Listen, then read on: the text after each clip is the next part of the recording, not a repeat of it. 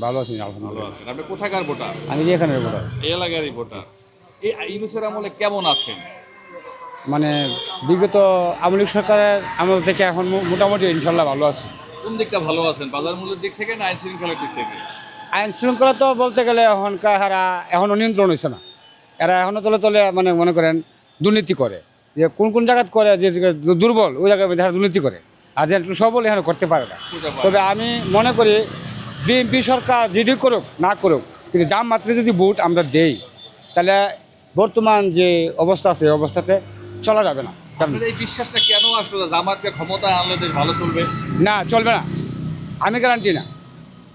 আমি বলতে না, বাংলাদেশের অধিকাংশ লোকের গ্যারান্টি না। কারণ বর্তমান যে অবস্থা চলতেছে এই অবস্থায় মেয়ে ছেলে যেভাবে রাস্তাঘাটে চলাফেরা করে ওইভাবে চলাফেরা জামাত আলী করতে পারবে না। আর এটা জামাত আলী এটা মানবে না বাংলাদেশের জনগণ।